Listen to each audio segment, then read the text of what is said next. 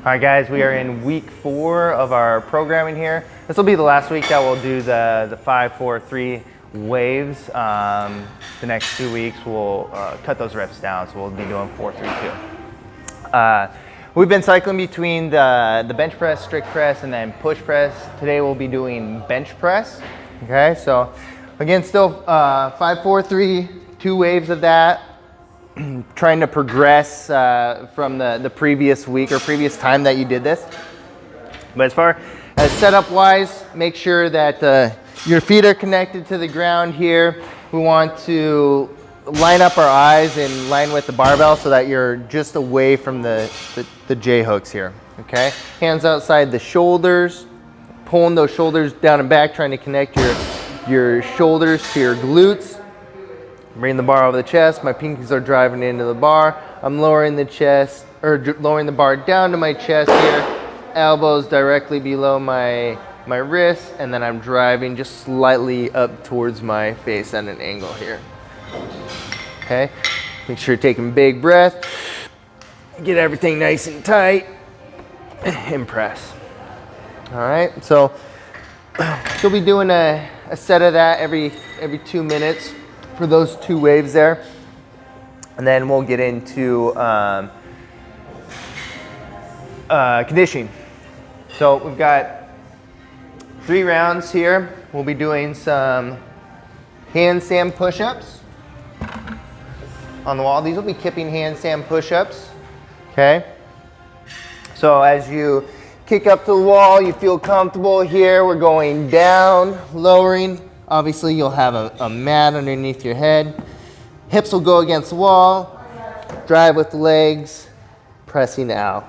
Okay, working on that timing of the hip drive plus the press. Okay, 15's a lot to do, so maybe you don't have those keeping handstand push-ups. We can always work on piked version of our handstand push-up here. So hips up nice and high. You're lowering yourself down here and then driving that head through. Okay, so you're lowering yourself down at an angle and then pushing back at an angle. Down and back like that.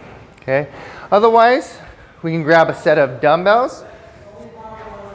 Okay, and we can work on that same kipping movement here, mechanics with the dip in the legs. Driving and pressing overhead with a push press. Okay, very similar to that kipping movement. Okay, so should be an option for everybody there. After those 15 handstand push-ups, we've got some dumbbell snatches. Okay, so the dumbbell's going to start in between our feet. You're going to drop your hips. We're keeping the back flat. You're jumping that dumbbell up overhead. One fluid motion. Bring it down. I like to switch at my chest. Going to the other side, making sure that we're keeping the dumbbell close to the body by driving our elbow up, and then finish with that turnover. After those 30, you'll do 60 double unders. Okay, so with the jump rope, working on that hollow body positioning, rib cage down, hips tucked under. You're trying to stay relaxed, just moving at the wrists the best you can. If you don't have double unders, you can work on attempts. Otherwise, single unders would be fine. So 3 rounds of that, 4 times. Once you finish that, we'll either grab a dumbbell or a kettlebell, something like that, and we'll do a suitcase carry. Okay, so you're just holding it on one side. This is your finisher. Okay, the goal of this is try to keep the midline stable. So we're not trying to lean to the side here, but trying to stay neutral, belly tight, braced as we walk. Okay, 200 feet. Switching the arms when you like, maybe at every 100 foot or something like that. Okay, and rest as you need. 3 sets for your finisher. And that'll be your Monday.